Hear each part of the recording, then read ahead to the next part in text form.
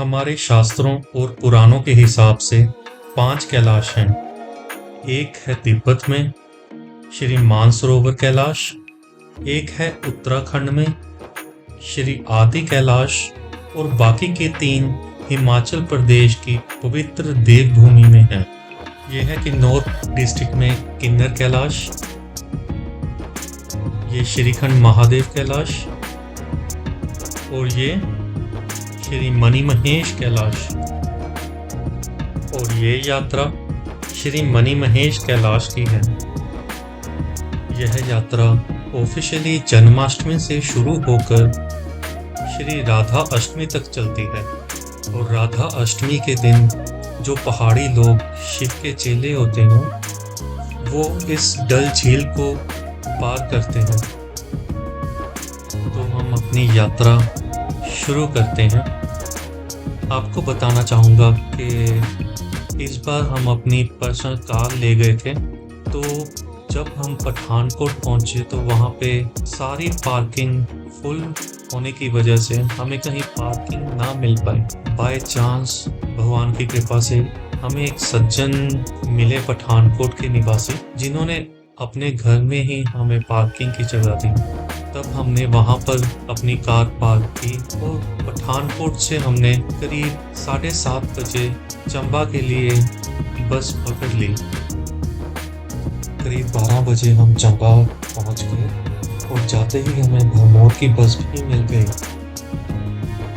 रास्ते में छतरारी से थोड़ा सा आगे हमारे ड्राइवर ने एक भंडारे पर बस रोकी। वहाँ पर सभी यात्रियों ने थोड़ी देर विश्राम किया और भोजन का आनंद उठाया। यहीं पे एक रास्ता टुंडा वाइल्ड लाइफ सेंचुरी की तरफ को जाता है।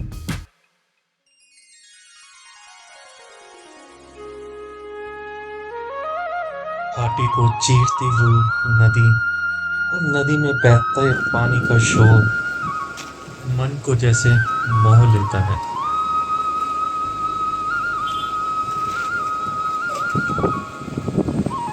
शाम 4 बजे के करीब हम भरमौर में पहुंच गए। भरमौर में शिवजी जी का बहुत ही प्रसिद्ध 84 नामक मंदिर है। यहाँ कुल 84 शिवलिंग विराजमान है। यहाँ 84 मंदिर के प्रांगण में लोकल भरमौर वासियों की तरफ से मेले के दौरान हर दिन लोक गायन और लोक नृत्य किया जाता है। हमने भी इन पहाड़ी वाद्य यंत्रों को सुनकर बहुत लुत्फ उठाया।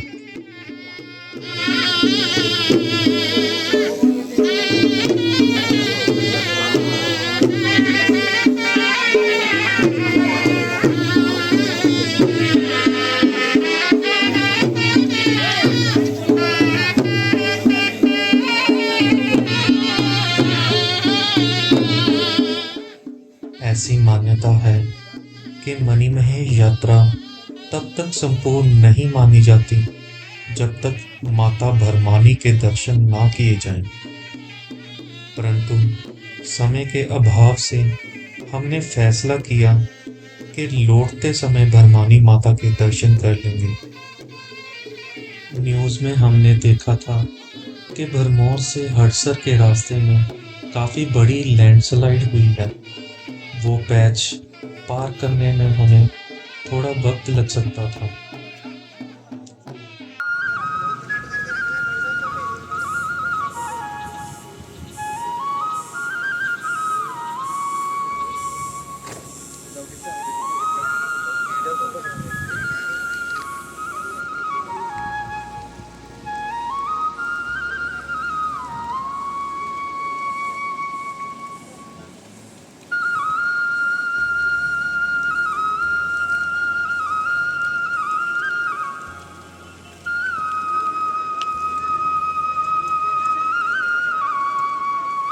जिस बात का डर था वही हुआ। आखिर हम उस भूस्खलन वाले स्थान पर पहुंच गए और यहाँ बहुत बड़ा जाम लगा हुआ था। कुछ आधे घंटे के बाद रास्ता खुल गया। प्रशासन यहाँ बहुत ही एक्टिवली काम करता है। पहाड़ी इलाकों में सड़कों को मेंटेन कर पाना एक चैलेंज से कम नहीं। यात्रा में कोई कठिनाई ना हो इसलिए यहाँ नए पुल का निर्माण किया जा रहा था। ਲੋਹੇ ਵਾਲਾ ਉੱਪਰ ਪੁਲ ਦੀ ਜਾ ਰਹੀ ਹੈ ਗੱਡੀ ਹੈ ਨਾ ਪੁਲ ਦੇ ਉੱਤੋਂ ਹਾਂਜੀ ਉਹ ਸੀ ਉੱਥੋਂ ਦੀ ਲੰਘ ਰਹੀ ਹੈ ਰੋਹਿਤ ਗੱਡੀ ਦੇਖ ਲਿਆ ਮੈਂ ਉਹੀ ਬਣਾ ਰਿਹਾ ਮੈਂ ਵੀਡੀਓ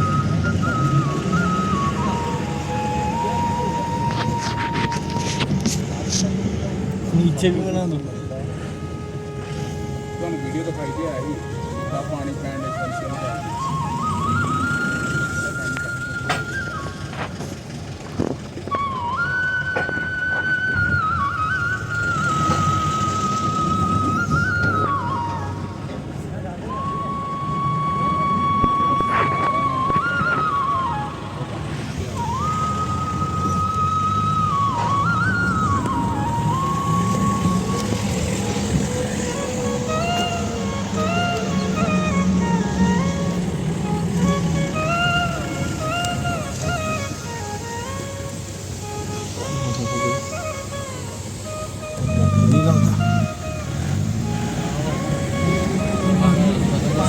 ਕੀ ਲੱਗ ਰਿਹਾ ਪਾਣੀ ਤਾਂ ਹੀ ਲੱਗ ਰਿਹਾ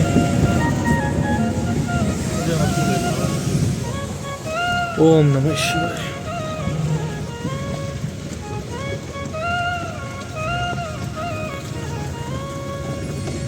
ये देखो क्या मूर्ति वो यहाँ पे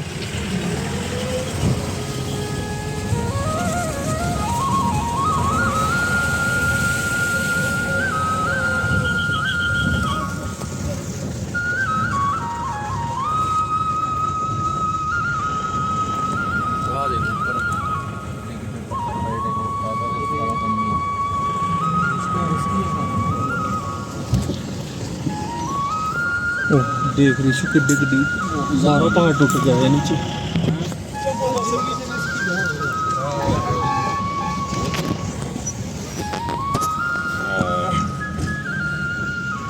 सारे टूट टूट के गिरे हुए नहीं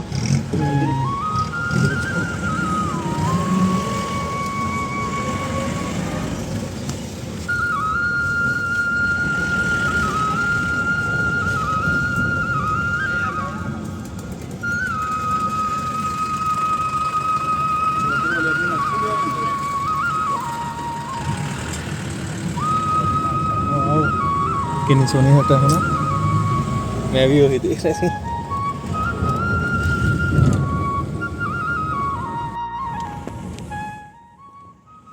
वो पैच कंप्लीट करते ही हम जल्द ही अपने आज के गंतव्य स्थान यानी हडसर में पहुंच गए। समय करीब शाम के 6 बज रहे थे। यहाँ हमारे रहने का प्रबंध बरनाला भंडारे के स्टोर में था।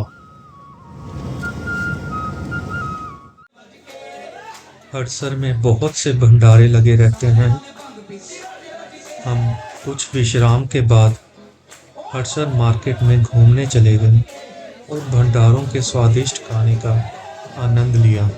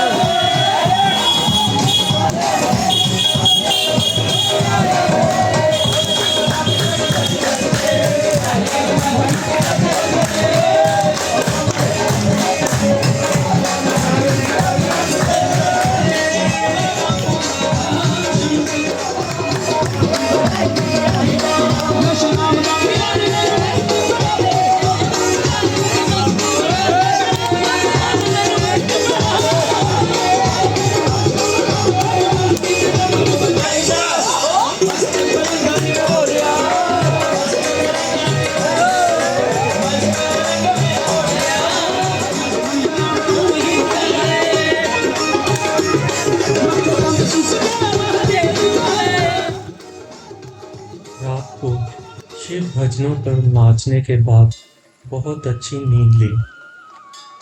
सुबह नहा धोकर हम 8 बजे धनछो की ओर चल पड़े। हड़सर से श्री मणिमहेश की यात्रा पैदल ही की जाती है।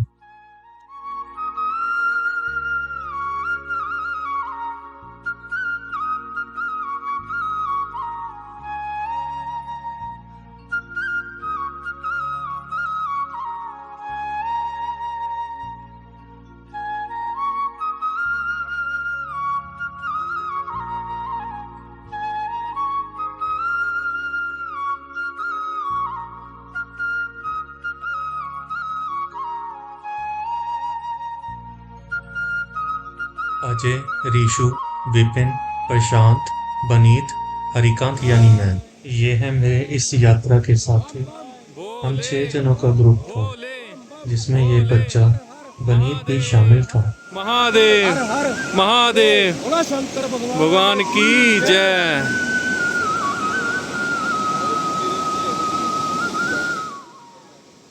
दोनाली से लेकर लक्की के पुल तक सारा रास्ता नदी के समानांतर ही चल रहा था। हमने आज धनछो ही रुकना था, तो हमें कोई जल्दी नहीं थी, इसलिए पूरे रास्ते प्रकृति का पूरा आनंद उठाना ही हमने ठीक समझा।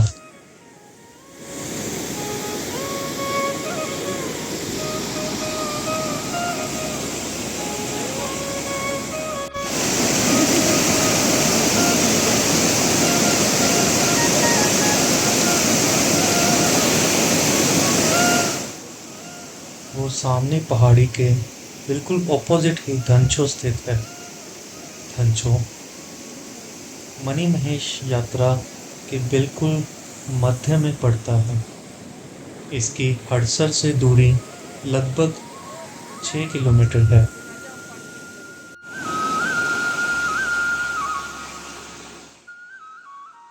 इन ऊंचे पहाड़ों से बहती जल धाराएं किसी भी यात्री को अपने आकर्षण से अछूता नहीं रहने देती।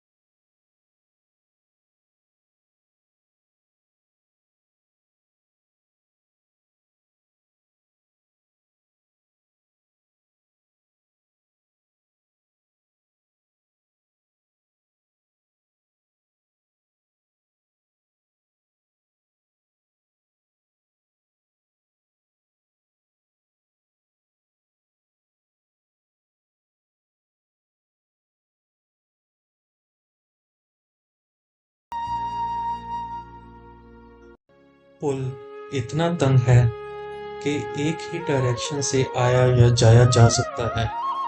ऊपर से कोई स्पोर्ट भी नहीं है। खच्चरों को रास्ता दे देना चाहिए। वैसे भी हमसे ज्यादा ये खच्चर ही सारा पुण्य कमाते हैं, जो इतना भारी भरकम सामान इतनी ऊंचाई तक बड़े आसानी से ले जाते हैं।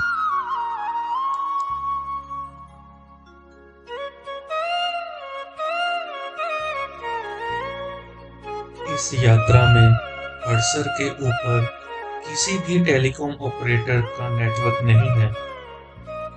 2011 में मैं जब इस यात्रा के लिए पहली बार आया था, तो एक हफ्ता यहाँ बिताने पर मुझे एक अलग ही शांति का अनुभव हुआ जो पहले कभी नहीं हुआ था।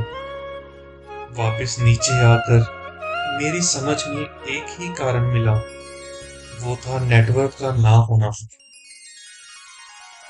पूरा हफ्ता भाग दौड़ की जिंदगी से दूर शिवजी की नगरी में जो सुख मिलता है वो मैं अपने वाक्यों में बता नहीं सकता।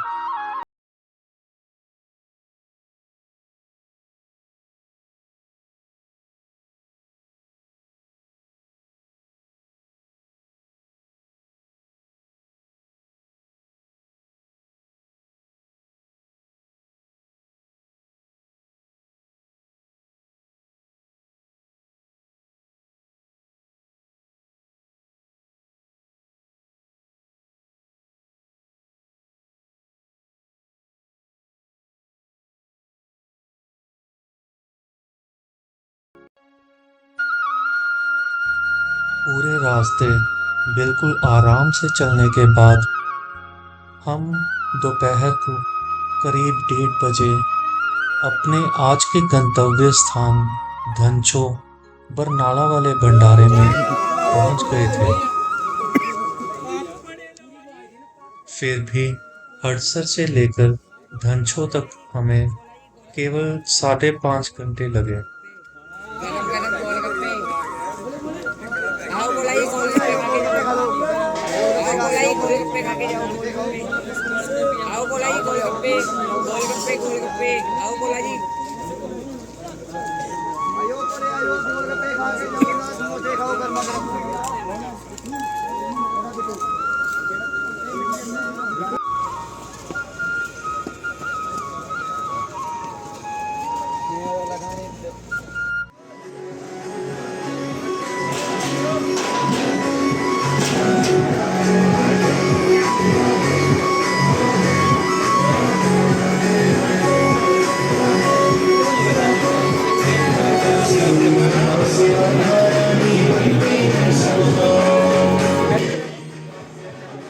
बरनाला वाले भंडारे में सभी मूलभूत सुविधाएं उपलब्ध हैं और पूरी यात्रा में ये सबसे फेमस भंडारा है।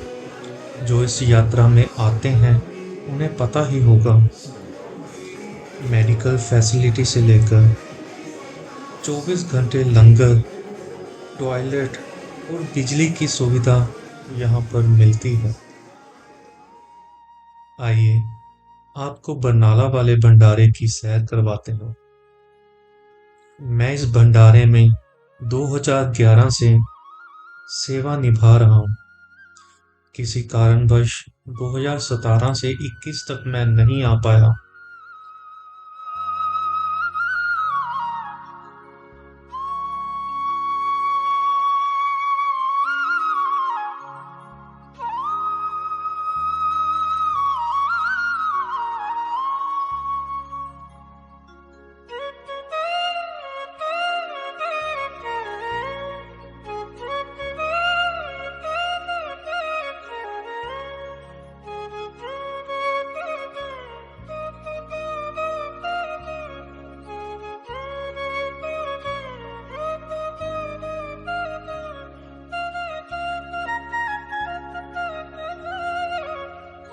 इतनी कठिन यात्रा में मामूली चोट, बुखार, खांसी या किसी अन्य प्रकार की बीमारी आना तो स्वाभाविक है, पर भोले जी की कृपा से सही वक्त पर उपचार मिल जाए तो काहे का घबराना।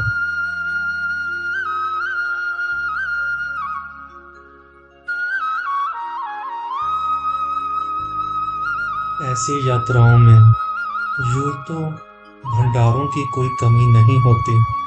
खाने वाली चीजें भी एक से एक बढ़कर एक स्वादिष्ट होती हैं। साग से लेकर शाही पनीर, दही भल्ले से लेकर पिज्जा तक हर चीज फ्री में मिलती है। पर मेरा यही सुझाव है कि कम से कम या जितनी जरूरत हो उतना ही खाएं, वरना यात्रा में थकान तथा अन्य स्वास्थ्य की समस्या आ सकती है।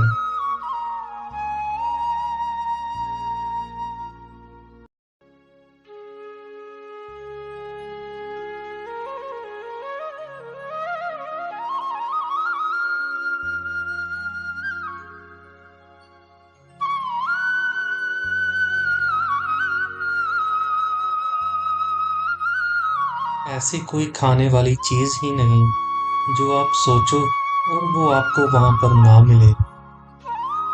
भंडारों में शिवजी जी की पूरी कृपा रहती है। इतनी हाइट पर भी ये सारी चीजें लेकर जाना एक बहुत बड़ी बात है, जहां हम अपना खुद का भार ही नहीं उठा सकते। वहां जो खच्चर और पिट्ठू वाले होते हैं वो इतना भारी भरकम सामान अपने ऊपर लोड करके लेके जाते हैं।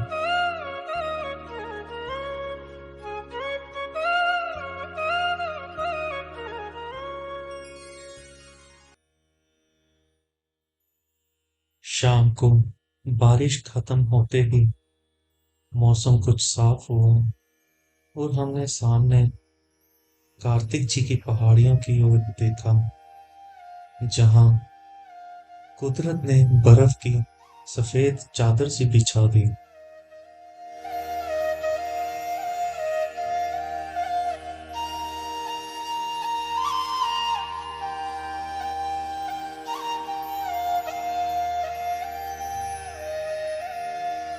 पूरी यात्रा में मनमोहक दृश्यों की कोई कमी नहीं रहती।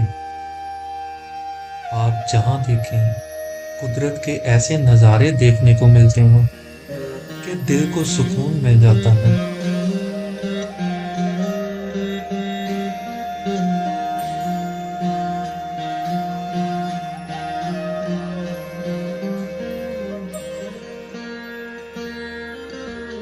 भंडारे के सामने ये वाली पहाड़ी वीरभद्र जी के नाम से जानी जाती है।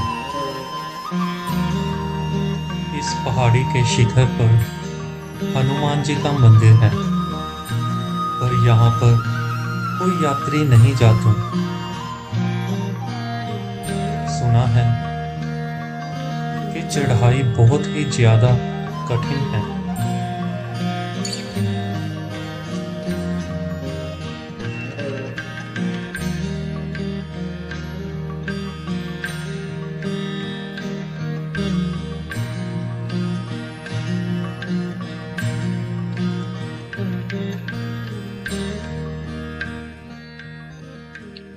मौसम यहाँ जैसे करवटें बदलता रहता है, कभी धूप तो कभी छांव लगी रहती है, और दोपहर के बाद बारिश होना तो स्वाभाविक है। यूं ही इसे शिवजी जी की नगरी नहीं कहा जाता। कभी धूप तो कभी छांव, कभी शहर तो कभी गांव है जिंदगी।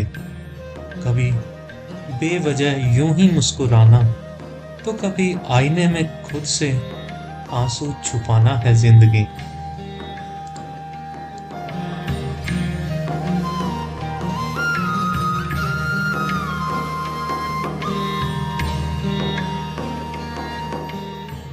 कितनी देर इन खूबसूरत वादियों को निहारते रहे, मन तो जैसे भरता ही नहीं है।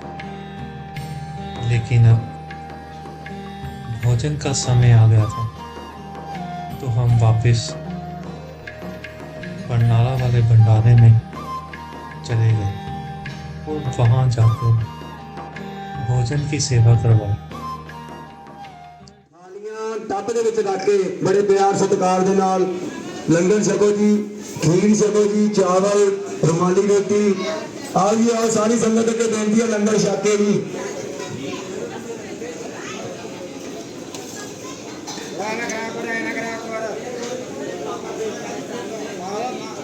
आजो आजो लंगर छक के जाना ही, लंगर छक के आजो भगत जी आजो।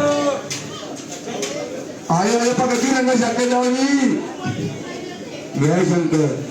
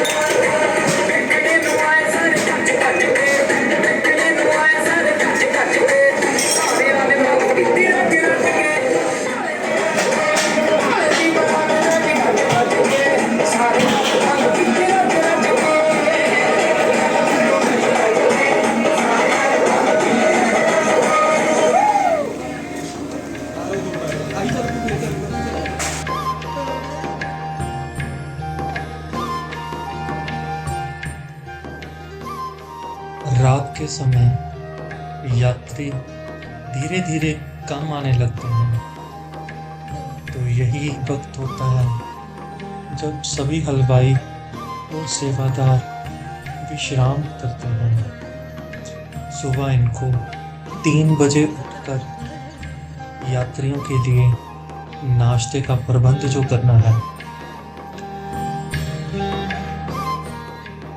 सुबह जल्दी उठकर हमें भी धनछो से प्रस्थान करना था, अपने भोलेनाथ जी के दर्शन जो करने जाने थे।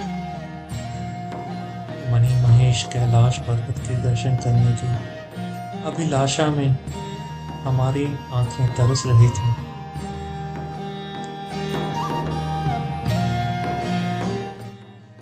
सुबह 6:30 बजे हम धनछो से रवाना हुए। यहाँ से शिव घाट तक जाने के लिए 3 रास्ते हैं, एक बंदर घाटी वाला, एक फव्वारे वाला और एक सामान्य रास्ता।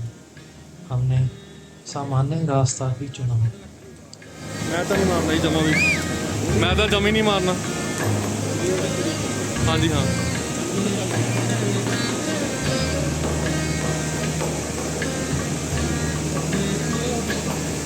चलो चलो।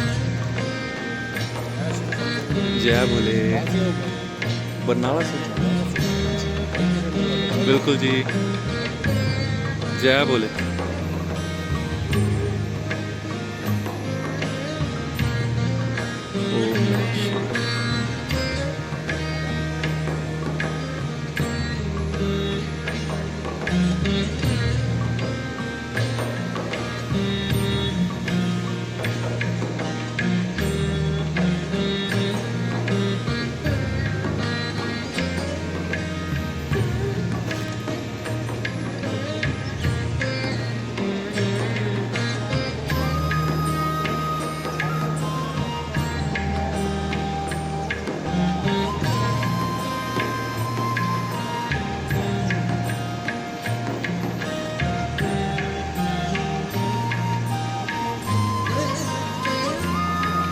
ये बंदर घाटी का रास्ता,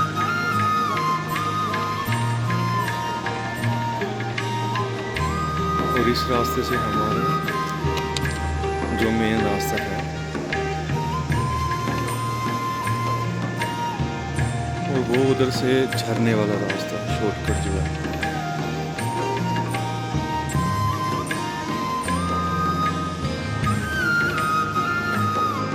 ओम नमः शिवाय।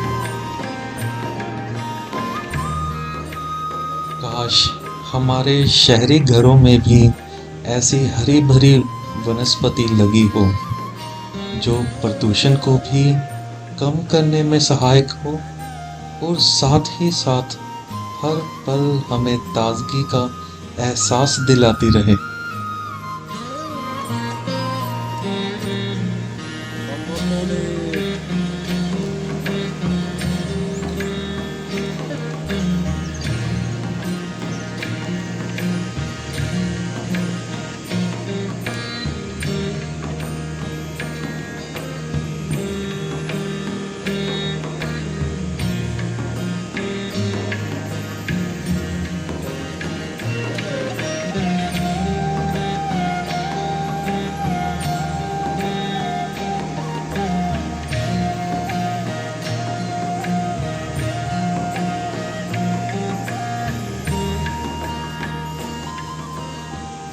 ये हमारे विपिन मामा जी शॉर्टकट लेते हुए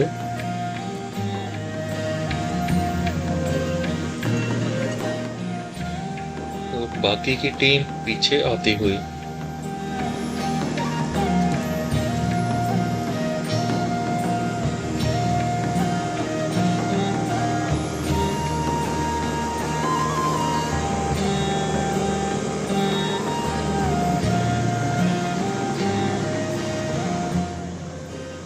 और वह रहा धनचो स्थित बरनाला वाला भंडारा, जहां से आज सुबह हम चले थे। जय बोले।